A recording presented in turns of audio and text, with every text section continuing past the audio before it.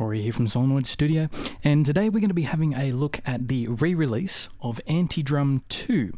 Now, like Antidrum 1, Antidrum 2 is a classic industrial percussion library originally released from Tonehammer, and like Antidrum 1, it is also being re-released in a new format, updated GUI, sort of better mapped samples, more accessibility, and a few new ambiences so that you can enjoy the library to its fullest.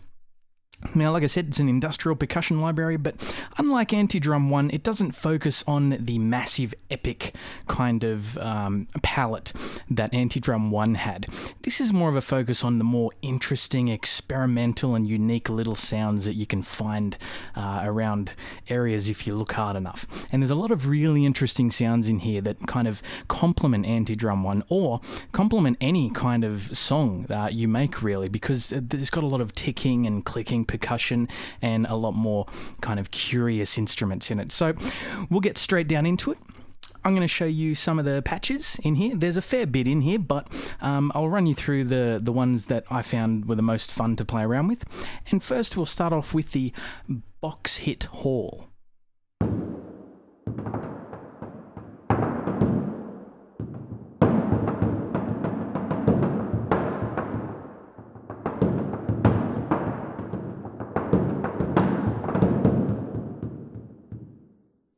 So as you can hear, they're just a nice, simple box hit, but it does really fit into different genres of music. If you want a little extra impact in your song, or you're doing sort of a rock song or a blues song and you want that kind of tapping foot kind of feel, it works well for that.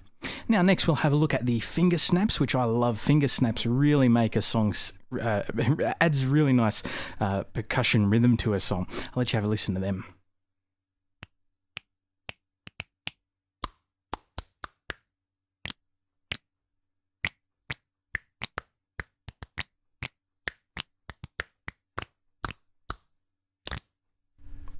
So as you can hear, a real nice clicky percussion there, and that's mapped all across the board, so you can really play high notes with it or low notes with it, and you can really add the kind of accent that you want in a song.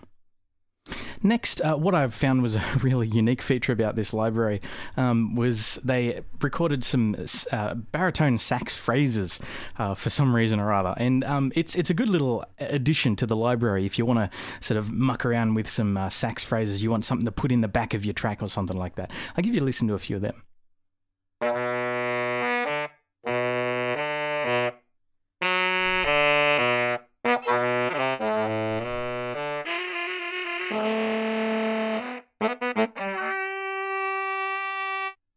So, as you can hear there, it's a bit left-wing, but an interesting addition to the library. Now, next up, we've got the boom whackers, which are great little tuned percussion instruments, and we've got them sampled up and down the keyboard here. I'll let you have a listen to them.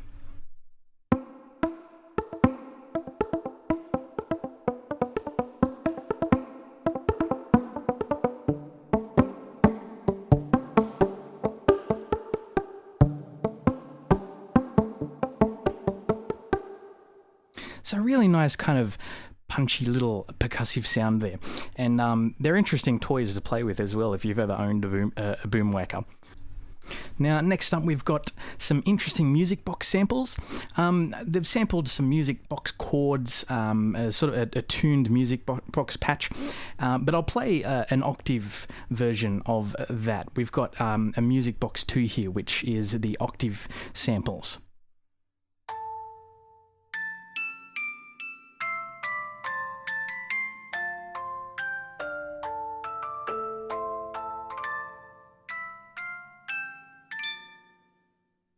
So a nice sweet little sound there from a kind of abused music box, which just sounds great.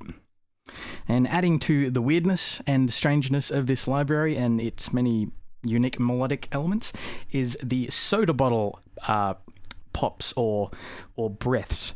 And they're really great for adding interesting accents for, I don't know, if you're going to do pop or R&B music or experimental music or anything that requires a little bit of a kind of a strange accent. I'll let you have a listen to them.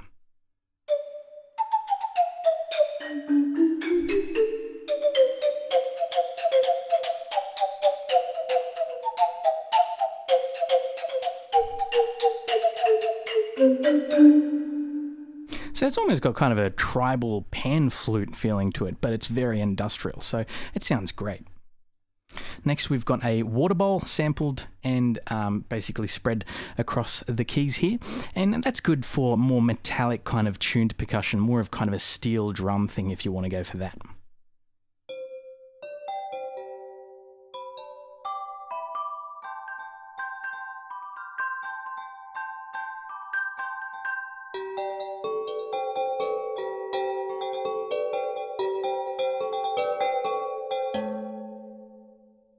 So kind of a beautiful but still raw kind of organic, metallic, melodic percussive sound there.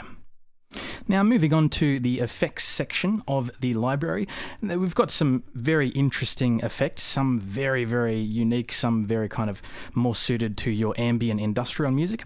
And here we've got some air traffic control kind of radio splicers for if you want to sort of muck around with that sort of thing. Go.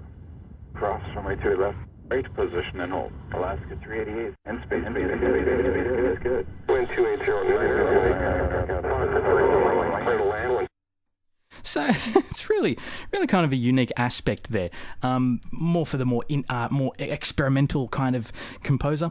But it's good that they're in there because you can really get creative with this sort of stuff. And speaking of creative, we've come to possibly my favourite part of the library. And I must say, because this isn't a very often sampled thing in the sample market, I have to say this is a very fine collection of farts. So I'll let you have a listen to this.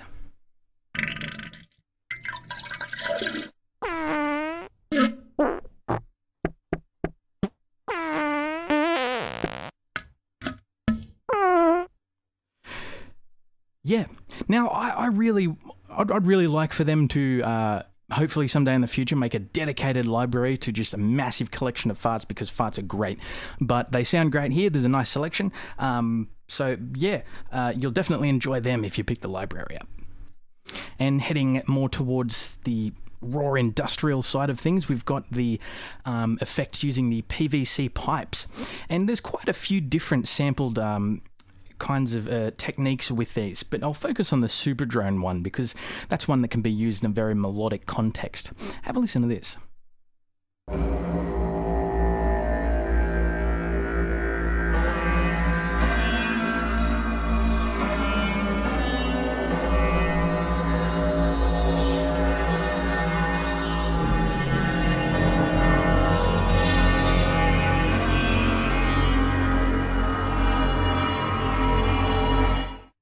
So definitely something you could use in kind of foreboding cinematic music, industrial music, of course, or even if you want to make kind of really interesting tribal music, because they all almost sound like didgeridoos.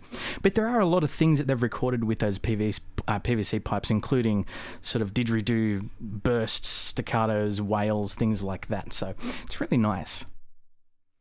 And to round off the library, obviously it's a very big library, but I wanted to just focus on a nice handful of things to get you familiar with what to expect from it. Like I said, it's a little different from Antidrum 1, as in it doesn't focus on the more epic percussive side of it. It focuses on more of the layers and the more sort of soft droning aspect of industrial music, and provided a great selection of ambiences that sound great obviously in ambient industrial music, but they sound equally nice in cinematic music or horror music, and even if you're doing kind of more fantasy stuff, they sound good for tracks like, if you're making a background music for caves and dungeons and things like that. So I'll let you have a listen to a few of these ambient tracks.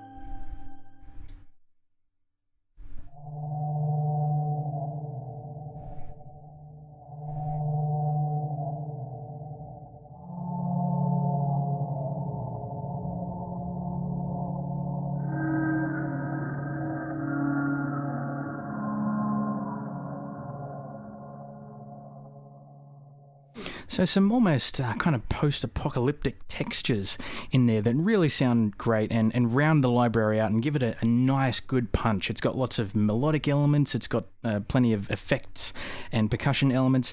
And like I said, it really provides as a companion to Antidrum 1 and a companion to any other library for that matter.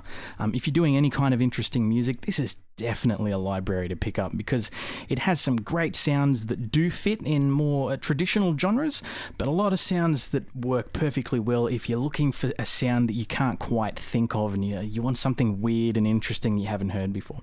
This is definitely a good library to pick up, a classic, obviously ever since it came out under the Tone Hammer name.